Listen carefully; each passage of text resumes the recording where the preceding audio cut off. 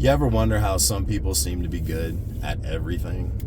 Although I don't claim to have any special talent, for me, I have a method that I'm naming for the purposes of this video, the scorecard method. So when you come into law school, they put a lot of pressure on you to read a stack of cases for every class.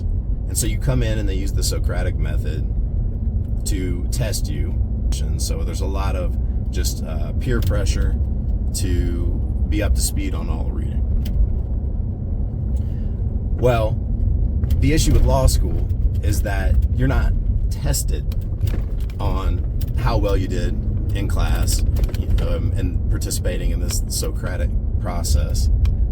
You're tested on how many concepts, laws, analysis you can spit out on one 3-hour exam at the end of the semester.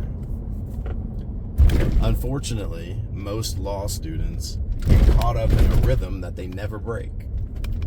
So they start, it's expected of them to do all this reading, so they do it, and they never break that rhythm. For me, I have this thing that I do, and it doesn't matter if I'm playing a board game, the same in engineering, whatever I'm doing, where I take a step back. I do something long enough to kind of get a feel for what the game is, and then I take a step back and I say, what is the scorecard? So in law school, I was like, this is a +1 scorecard where you get a +1 for every case and law corresponding thereto that you can spit out. And it's a game of speed.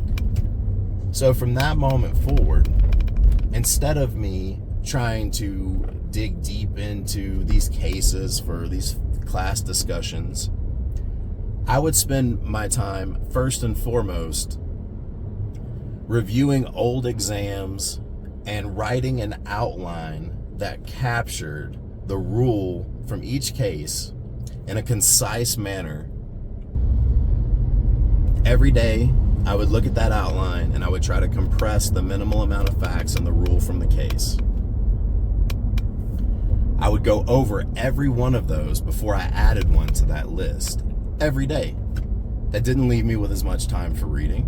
And sometimes in class I'd get called on and I would be unprepared. But I didn't care because I don't care about peer pressure. I was there to win the game of law school. This method worked so well for me that I didn't only get straight A's, I actually got Cali awards for every class in a semester. And what that means is there was a gulf between my grade and the next highest grade. Now, I was not smarter than everyone in law school. There were at least a handful of people there that had extraordinary IQs.